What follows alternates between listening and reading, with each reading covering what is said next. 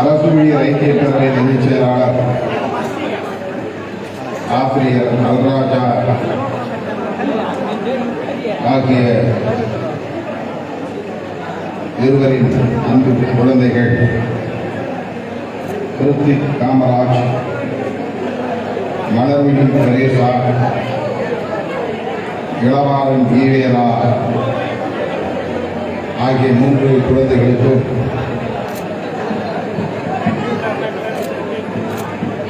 சாதனை சூட்டும் விழாவை தலைமை வகித்து சிறப்பித்துக் கொண்டிருக்கிற திருவண்ணாமலை மேற்கு மாவட்ட செயலாளர் முத்து என்கிற முத்தமிழ் அவர்களை இதனை முன்னிலை வகித்து சிறப்பித்துக் கொண்டிருக்கிற பாக்கியராஜ், பாலசுப்ரமணியன், சஞ்சய், வெங்கராஜ், காசி, பொன்னிரத்னம், ரமேஷ், பாஸ்கரன், வெங்கடேசன், ரமேஷ், தமிழழகன், அண்ணாசாமி, ஜானகிராமன், தமிழ்மணி, ஏழுமலை, நலன்குமார், காசிராஜன், பூபாலன், மணி, ரஞ்சித், பன்னீர்செல்வம், விஜயகாந்த், உதயவளவன், சத்யராஜ், சிவனரசன், விக்னேஷ் ஆகிய தம்பிகளை அனைவரையும் வரவேற்று சிறப்பித்திருக்கிற மருதராஜ், இளங்கோவன்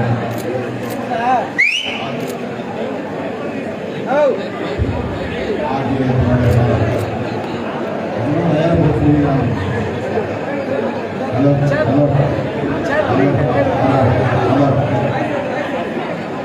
நிகழ்வில் பங்கேற்று இதனை சிறப்பித்துக் கொண்டிருக்கிற மண்டல செயலாளர் போலூர் செல்வம் அவர்களே, மகளிர் விடுதலை இயக்கத்தின் மாநில செயலாளர் லட்சுமி அவர்களே மற்றும் இயக்கத்தின் மூத்த பொறுப்பாளர்கள் வி.க. அம்பேத்கரன், பாஸ்கரன் என்ற பகலவன், நேதாரன், அசுரவடிவே, நியூட்டன், வளர்மதி, சங்கத்தமிழன் ஆகிய அவர்களே மற்றும் எம். ரமேஷ், சிவகுமார், ஜெய்சங்கர், கிருஷ்ணகுமார், சார்லஸ், விடுதலைக்கான், ராமச்சந்திரன், இளங்கோவன், சரவணன், செல்வகுமார், எம். கார்த்தி, பே. சாரதி ஆகிய முன்னோடிகளே, மகளிர் விடுதலை இயக்கத்தை சார்ந்த சுமதி, அஞ்சலி தேவி, வள்ளி, மகேஸ்வரி, சுகந்தி, சங்கீதா, கீதா, அன்னம்மா, புஷ்பலதா, பவானி, மீனா, சாயின் பாபு, சரஸ்வதி, சந்தியா ஆகிய தோழர்கள், அரசு ஊழியர் ஐக்கிய பேரவையை சார்ந்த டெல் மு. ரவி, இடிமின்னல் இடியவன், சத்தியமூர்த்தி, கு. ராஜகோபால், சந்திரன், எஸ். ராஜா உள்ளிட்ட பேரவையின் பொறுப்பாளர்களை, திருவண்ணாமலை மாவட்ட மாநில நிர்வாகிகளே, போலூர் ஒன்றிய பொறுப்பாளர்களே மற்றும் இங்கே திரளாக கூடியிருக்கிற என் உயிரின் உயிரான விடுதலை உங்கள் அனைவருக்கும் என்னுடைய பணிவார்ந்த வணக்கத்தை தெரிவித்துக் கொள்கிறேன்.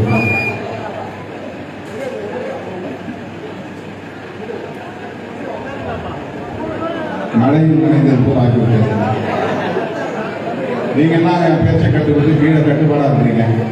மாநில மாவட்ட பொறுப்பாளர்கள் வந்து சூழ்ந்து இடிச்சு எரிச்சு வேலையில் குளிக்க வச்சுட்டாங்க. உங்களுக்கு மட்டும் என்னுடைய நன்றி. வேலையில் இருக்கிற பொறுப்பாளர்களுக்கு நன்றி இல்லை, பாராட்டும் இல்லை.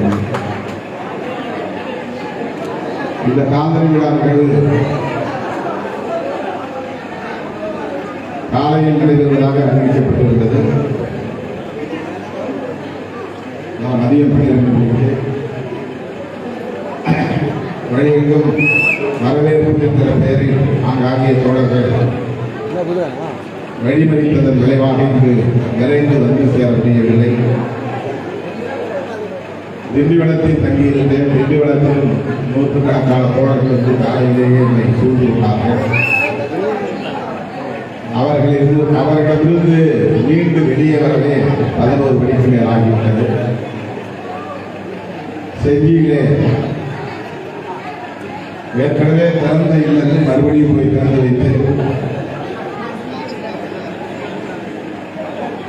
ஒரு நாள் நல்லதாக உறுதியளித்து தர்மணியாக போனதால்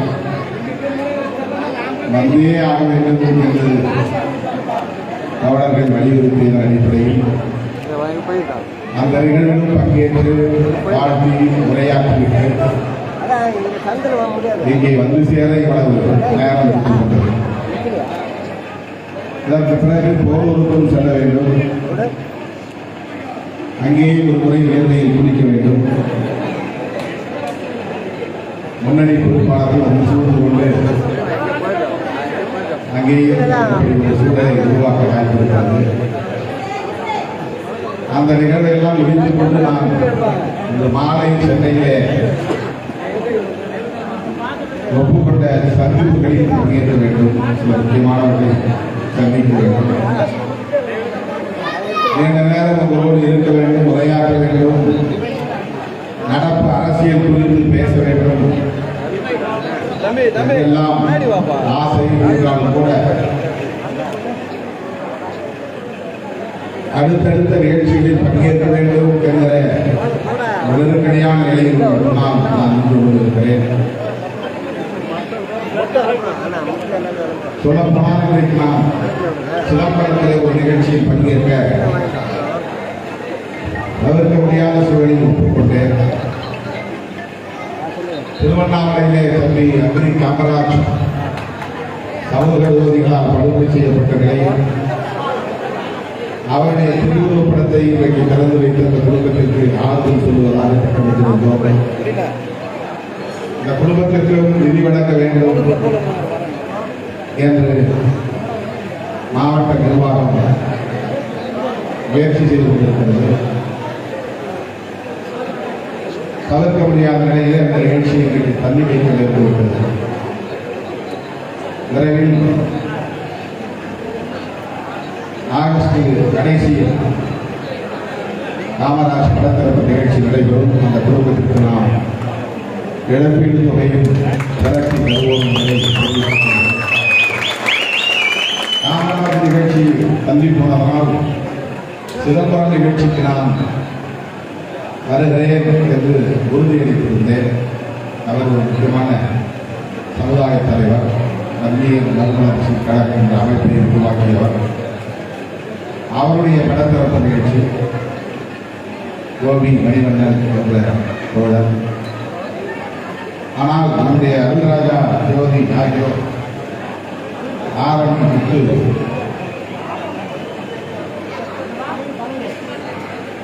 அண்மையிலே நான் வேலூர் வந்திருந்த போது மிக அழுத்தமாக இந்த நிகழ்ச்சிக்கு வந்தே தீர வேண்டும் என்று வலியுறுத்தினார்கள். நான் வேறு யாரையாவது முன்னணி பொறுப்பாளர்களை அனுப்பி வைக்கிறேன் என்று சொல்லியும் நீங்கள் தான் வந்தாக வேண்டும் என்று அன்பு கட்டளையிட்டார்கள். ஆகவே சிதம்பரம் நிகழ்வுக்கு தோழர் ரவிக்குமார் அவர்களை நீங்கள் மட்டும் சென்று அந்த நிகழ்ச்சியில் பங்கேற்று வைத்து திருமணங்கள் கேட்டுக்கொண்டேன். அதனால்தான் இன்றைக்கு இந்த நிகழ்ச்சியிலே உங்களோடு கலந்து கொள்ள முடிந்தது. உங்களை நீண்ட இடைவெளிக்கு பிறகு ஒரு அரங்கத்தை பார்ப்பதில் மகிழ்ச்சி அடைகிறேன். காலத்தால் வருகிறேன். அன்பு குழந்தைகள் மூவரும் கல்வி செல்வம் உள்ளிட்ட அனைத்து செல்வங்களையும் பெற்று வாழ்வாங்கு வாழ வேண்டும் என்று நெஞ்சார வாழ்த்துகிறேன். பிள்ளைகளின் பெற்றோர் ஜோதியும் மங்கராஜாவும் மெத்த படித்தவர்கள். அதனால் 3 பிள்ளைகளையும் நன்றாக படிக்க வைப்பார்கள் என்று நான் பெரிதும் நம்புகிறேன். அவர் வீட்டு குழந்தைகளுக்கு மட்டுமல்ல, உங்கள் வீட்டு பிள்ளைகளுக்கும் என்னுடைய வாழ்த்துக்களை தெரிவித்துக் கொள்கிறேன். பிள்ளைகளுக்காக நாம் வீடு நிலம், ஆடு, மாடு, நகை, நட்டு என்று சேர்த்து வைக்க வேண்டும் என ஆசைப்படுவதை விட எப்படியாவது அவர்களை நல்ல தகுதி பெறக்கூடிய அளவுக்கு படிக்க வைக்க வேண்டும் என்று உறுதி ஏற்க வேண்டும். கல்வி ஒன்றுதான் நமக்கு பெரிய பாதுகாப்பாளர்.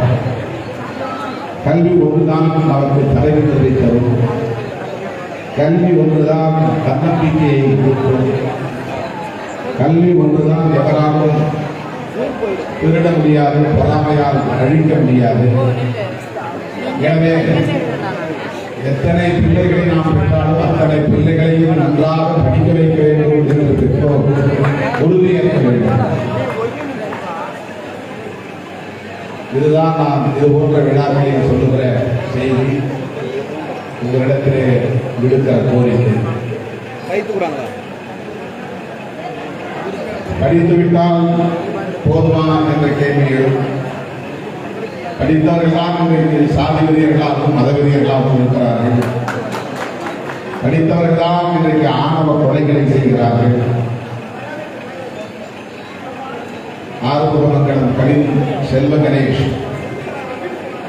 தூத்துக்குடி மாவட்டத்தை சார்ந்த தம்பியின் படுகொலை இன்னும்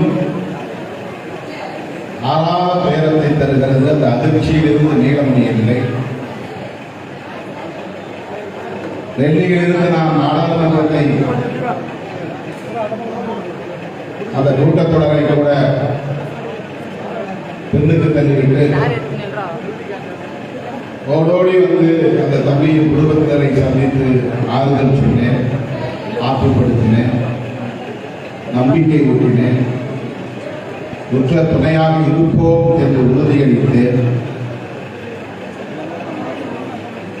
அந்த தம்பியின் வாழ்க்கை இல்லறம் காணாத வாழ்க்கை முடிந்து போனது. கல்வி, சாதிநெறி, மதவெறி போன்ற பிற்போக்குத்தனமான சிந்தனைகளை எல்லாம் கலைத்தெறிவதாக இருக்க வேண்டும். அதுதான் உண்மையான கல்வி. பாடத்திட்டங்களை தாண்டி படித்ததால் புரட்சியாளர் அம்பேத்கர் இன்றைக்கு உலகளாவிய அளவில் பெரும் தாக்கத்தை ஏற்படுத்தி வருகிறார். இந்தியாவின் தலையெழுத்தான அரசமைப்பு சட்டத்தை வகுத்தளித்திருக்கிறார். இந்திய அரசியல் அம்பேத்கருக்கு ஆதரவாக ஒரு அணி, அம்பேத்கருக்கு எதிரான ஒரு அணி என்றுதான் இன்றைக்கு பிளவுபட்டிருக்கிறது. ஆதரிப்பவர்களும் அம்பேத்கரை நாள்தோறும் உச்சரித்துக் கொண்டிருக்கிறார்கள். எதிர்ப்பவர்களும் புரட்சியாளர் அம்பேத்கரின் பெயரை நாள்தோறும் உச்சரித்துக் கொண்டே இருக்கிறார்கள். நாடாளுமன்றத்திலும் அவருடைய பெயர் உச்சரிக்கப்படுகிறது, சட்டமன்றத்திலும் அவருடைய பெயர் உச்சரிக்கப்படுகிறது. கிராமங்களிலும் சரி, நகர்ப்புறங்களிலும் சரி, மாநில அளவிலும் சரி, தேசிய அளவிலும் சரி, இன்றைக்கு லட்சக்கணக்கானோரின் நாவில் உச்சரிக்கப்படும் ஒற்றை பெயர் புரட்சியாளர் அம்பேத்கர். அதை நாம் உணர வேண்டும். அந்த மாமனிதரின் கல்விதான் இன்றைக்கு அவருக்கு மட்டுமல்ல, அவருடைய தேசமாக இருக்கிற ஒட்டுமொத்த இந்திய தேசத்திற்கே பாதுகாப்பாக இருக்கிறது, தலைமையில் வைத்திருக்கிறது. எனவே கல்விதான் எல்லாவற்றுக்கும் மேலான சொத்து. அதை பிள்ளைகளுக்கு சேர்ப்பிக்க வேண்டும் என்கிற பொறுப்புணர்வு ஜோதி அனுராஜாவுக்கு மட்டுமல்ல, உங்கள் ஒவ்வொருவருக்கும் தேவை என்பதை ஆகஸ்ட் 17 தமிழர் எழுச்சி நாள். ஆகஸ்ட் மாதம் முழுவதும் அதை கொண்டாடுவதென முற்போக்கு மாணவர் கழகம் உறுதியெடுத்து நேற்று நிகழ்ச்சியை தொடங்கி இருக்கிறது. அதை போல கட்சியின் சார்பில், மகளிர் விடுதலை இயக்கத்தின் சார்பில், இளந்திருத்திகள் எழுச்சி பாசறையின் சார்பில், அரசு ஊழியர் ஐக்கிய பேரவையின் சார்பில், தொழிலாளர் விடுதலை முன்னணியின் சார்பில் இந்த தமிழர் எழுச்சி நாளை ஆகஸ்ட் மாதத்தில் முடியும் நாளெல்லாம் மக்கள் விழாவாக கொண்டாட வேண்டும். மதச்சார்பின்மை காப்போம் என்ற பெயரில் கட்டுரை போட்டிகள், கவிதை போட்டிகள், பேச்சு போட்டிகள் என்று நடத்தி மாணவ செல்வங்களை அரசியல்படுத்த வேண்டும். அதற்கு அனைத்து துணைநிலை அமைப்புகளும் தயாராக வேண்டும் என்று இந்த நேரத்தில் ஒரு வேண்டுகோளாக வைக்கிறேன். இந்த ஆண்டு ஆகஸ்ட் 16 கட்சியின் சார்பிலே முதல் நாள் தமிழர் எழுச்சி நாள் சென்னை கலைவாணர் காமராஜர் அரங்கில் நடைபெறுகிறது. அந்த விழாவிலே நடிகரும் எம்பியுமான உலகநாயகன் கமல்ஹாசன் பங்கேற்று வாழ்த்துறை வழங்க ஒப்புக்கொண்டிருக்கிறார். 16ஆம் தேதி 11 மணிக்கு மேல் வாழ்த்தரங்கம் நடைபெற உள்ளது. அதில் இந்துக்கள் லியோனி அவர்களும் கமல்ஹாசன் அவர்களும் பங்கேற்று உரையாற்ற இருக்கிறார்கள் என்ற மகிழ்ச்சியான செய்தியை உங்களுக்கு பதிவு செய்து, தமிழகத்தில் தவிர்க்க முடியாத சக்தி விடுதலை சிறுத்தைகள் கட்சி என்பதை ஒவ்வொரு நாளும் உறுதிப்படுத்த வேண்டும். கவனமாக தொடர்கள் மேடைகளில் பேச வேண்டும். கவனமாக கருத்துக்களை பகிர்ந்து கொள்ள வேண்டும். சமூக ஊடகங்களில் மனம் போன போக்கில் யாரும் எதுவும் எழுதிவிடக் கூடாது. தலைமை என்ன முடிவெடுக்கிறது, தலைமையிலிருந்து என்ன அறிக்கை வருகிறது என்பதை எல்லாம் கவனித்து அதன் அடிப்படையில் செயல்பட வேண்டும். தேர்தல் நெருங்க நெருங்க நம்மை வாயை கிளறுவார்கள், உணர்ச்சியை தூண்டுவார்கள், எதையாவது பேச வைத்து கூட்டணிக்குள்ளே குழப்பத்தை உருவாக்குவார்கள். அதன் மூலம் சனாதன சக்திகள் தமிழ்நாட்டுக்குள்ளே ஆதாயம் பெற முயற்சிப்பார்கள். அதற்கு நாம் ஒருபோதும் இடம் கொடுத்து விடக்கூடாது. தமிழ்நாடு சட்டமன்ற தேர்தல் ஒரு மாநில தேர்தல் என்று தெரிந்துவிடக்கூடாது. தேசிய அளவில் நாம் மாநில சட்டமன்ற தேர்தலையும் அணுக வேண்டும் இருக்கிறது.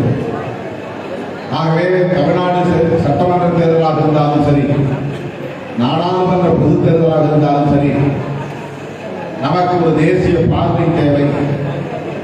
புரட்சியாளர் அம்பேத்கர் அவர்கள் வகுத்தளித்த அரசமைப்பு சட்டத்தின் உயிர்மூச்சு கோட்பாடாக இருக்கிற மதச்சார்பின்மைக்கு ஆதரவாக ஒரு அணி, எதிராக இன்னொரு அணி. ஆதரவாக இருக்கிற அணிதான் காங்கிரஸ், திமுக, இடதுசாரிகள், விடுதலை சிறுத்தைகள் என்ற ஒரு மாபெரும் அம்பேத்கரின் மதச்சார்பின்மை கோட்பாட்டுக்கு எதிரான அணி பாஜக, அதிமுக என்ற அந்த கூட்டணி நீள்கிறது. எனவே இங்கு ரெண்டு அணிதான் அம்பேத்கரின் அரசியல் கோட்பாடான மதச்சார்பின்மைக்கு ஆதரவாக ஒரு அணி, எதிராக ஒரு அணி. நாம் ஆதரவாக இருக்கிற அணியிலே இருக்கிறோம். மதச்சார்பின்மை காப்போம் என்பதுதான் நம்முடைய முதன்மையான உறுதிமொழி. அந்த அடிப்படையில் தான் நம்முடைய அணுகுமுறைகள் அமையும், கூட்டணி நிலைப்பாடுகள் அமையும், தொகுதி பங்கீடுகள் அமையும், அரசியல் நகர்வுகள் அமையும்.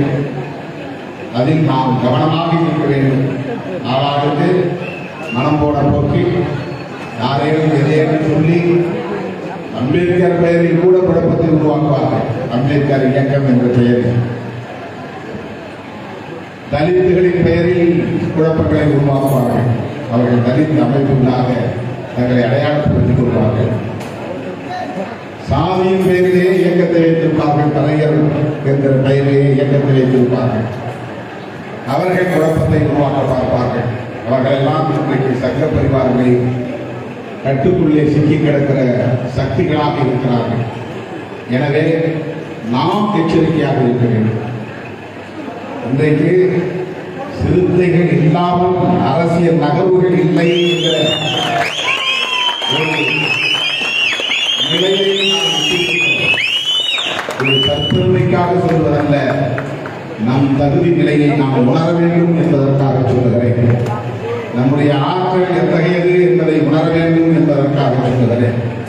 நாம் எவ்வளவு பொறுப்புணர்வோடு செயல்பட வேண்டும் என்பதை உணர்த்துவதற்காக சொல்லுகிறேன். எனவே தேர்தல் நெருங்க நெருங்க நாம் மிகவும் எச்சரிக்கையாக இருக்க வேண்டும். கட்சி தலைமை எடுக்கிற நிலைப்பாடுகளை ஒட்டி கருத்துக்களை சொல்ல வேண்டும். சமூக ஊடகங்களில் கருத்துக்களை பதிவு செய்ய வேண்டும். கீழே எவனாவது எதையாவது எழுதுவான், அதெல்லாம் நீங்கள் பொருட்படுத்தவே கூடாது. அதை பார்க்கவே வேண்டாம். கழிசடைகளின் குப்பை அவர்கள் எழுதுவதை நீங்கள் படிக்கவும் வேண்டாம், பார்க்கவும் வேண்டாம். தேர்தல் முடிகிற வரையில் நமக்கு ஒரே பார்வைதான் மதச்சார்பின்மை காப்பு. புரட்சியாளர் அம்பேத்கர் கண்ட கனவை நனவாக்குவதற்கு, அரசமைப்பு சட்டத்தை பாதுகாப்பதற்கு மதச்சார்பின்மை காப்போம் என்பதுதான் நம்முடைய நிலைப்பாடாக இருக்க வேண்டும். அதிலிருந்து நாம் நழுவவோ வழுவவோ கூடாது, ரோசலாக்க கூடாது. எனவே உங்களின் நம்பிக்கைக்கு பாத்திரமாக இந்த இயக்கத்தின் தலைமை மிகுந்த எச்சரிக்கையோடு, பொறுப்புணர்வோடு, நெருக்கடியான சூழலிலும் சரியான நிலைப்பாடுகளையும் எடுத்து வருகிறது. அந்த அடிப்படையிலே வருகிற 2026 சட்டமன்ற பொதுத் தேர்தலிலும் நாம் என்ன நகர்வுகளை மேற்கொள்கிறோமோ, நிலைப்பாடுகளை எடுக்கிறோமோ, அதை வலுப்படுத்தக்கூடிய வகையில் என் உயிரின் உயிரான விடுதலை சிறுத்தைகள் ஒருங்கிணைந்து செயலாற்ற வேண்டும் என்று கேட்டுக்கொண்டு, தம்பி நடராஜா, ஜோதி ஆகியோரின் அன்பு குழந்தைகள், கிருத்திக் காமராஜ், மலர்விழி தெரேசா, இளமாறன் ஈவேரா உள்ளிட்ட குழந்தை செல்வங்கள் அனைவருக்கும் என்னுடைய வாழ்த்துக்களை தெரிவித்து முடிக்கிறேன். நன்றி.